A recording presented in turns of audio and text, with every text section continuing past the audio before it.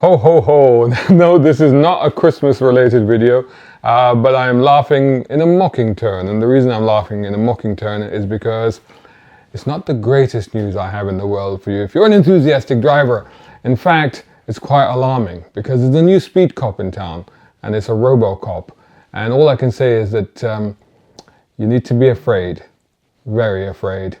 I'll tell you why right after this. A brown car guy.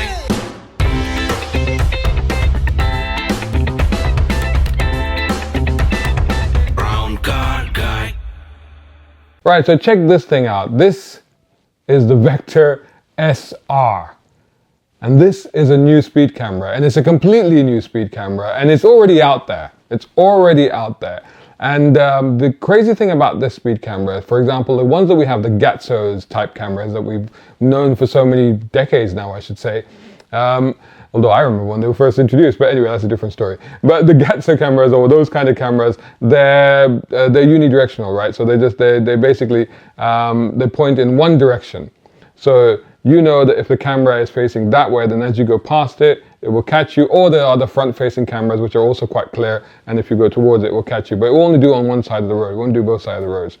So this thing is super, super clever because it can actually do both ways. So you just need the one camera, and it will cover both aspects of the road, going and coming. It can do both ways.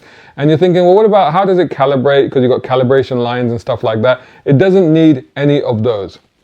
It has a grid of its own that it projects, and from that it can then figure out what your speed is, so it doesn't need any kind of calibration lines. In fact, it doesn't need kind of any installation. Basically, you just mount it and off it goes. So it's cheaper and more affordable for local authorities to install because there's so much less to it.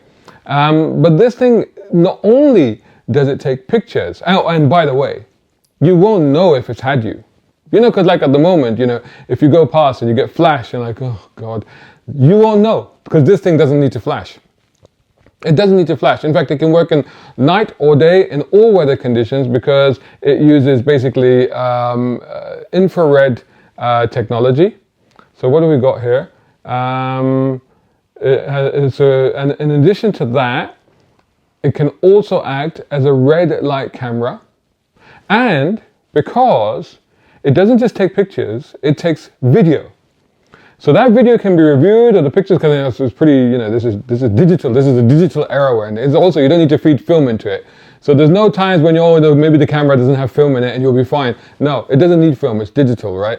But then the other aspect of that is that it can also then act not only as a red light camera, not only as a speed camera, but it can get you for not wearing a seatbelt and for talking on the phone, because it'll be able to see that. So if you're holding your phone, and if you're not wearing a seatbelt, it'll be able to see that. So it can do all of that. Who have we got to thank for this incredible, wonderful camera? It comes from Genoptic Traffic Solutions, and they describe it as cutting edge in spot camera technology. And as I said, it's already deployed, it's already out there. In fact, apparently there's 100 of these already installed in Manchester. So that's primarily where it's first started. So they're already there. Now the thing about these cameras, now traditionally you had those big boxes on top of poles. Now all cameras have to be painted yellow, and they still have to be painted yellow. So that's one good thing at least. So you know, that's how you recognize the Gatsos, and also the gantry cameras on the motorways, they're always painted yellow to indicate that they are speed cameras as opposed to traffic monitoring cameras and other things. Interesting, the ULEZ cameras don't have to be painted yellow. They're just black, but the speed cameras have to be painted yellow. By the way, just like the ULEZ cameras are ANPR recognition, so automatic number plate recognition cameras, ANPR cameras, this new speed camera is obviously also an ANPR camera as well. It does have to be painted yellow, but it is smaller. And like I said, it's very easy to install. So because it's smaller, because it's more compact, although it'll be yellow, but it'll be harder to spot. It'll be a little bit harder to spot because, you know, it'll just sort of meld into the background much easier. It won't be a big box thing that you'll notice immediately. So that's a bit of an issue. Like I said, it will work, you know, using infrared technology, it will work night and day in any weather. It won't have a problem. It will work 24/7, 365 days a year. It won't stop because it doesn't need refilling. It doesn't need film, anything like that. And also, here's the other thing. Not only does it work both ways, it can easily go across 3 lanes in both directions. So you can cover 6 lanes. So you can cover 3. So you can cover a dual carriageway pretty much. You can cover 3 lanes in both ways, and it covers up to 6 lanes basically. That's what it will do. This thing has actually been approved for use in Britain since 2019. So it has been approved for use. They have now got them in Manchester. So it's legal, it's legit, it's out there, it's active in Manchester, it's already operating, and it's not just Manchester, they've got them in Glasgow, Edinburgh, Cornwall, and of course Wales has also got them as well. Thousands of drivers have already been caught by these cameras, and apparently one camera activated an astonishing 120 times per day. That's how many times it caught people. Wow, so ka-ching, ka-ching, ka-ching, I should say.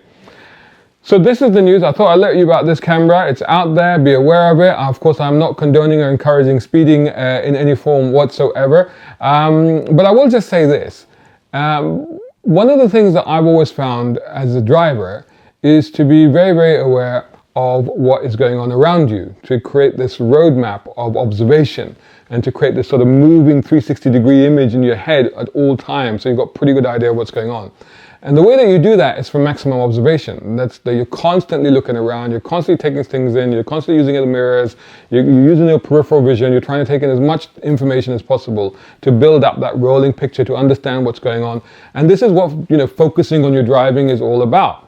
Now, focusing on your driving is, of course, is about looking where you're going and looking where what could be happening or what could be occurring, and anticipating stuff before it happens. For example, a family gets out of a parked car on this side, you immediately slow down because you think, well, the other door could open or a kid could run out or something like that. So there's all these. I don't want to get into defensive driving right now, but these are all defensive driving techniques that you would employ, and all of those techniques pretty much need observation.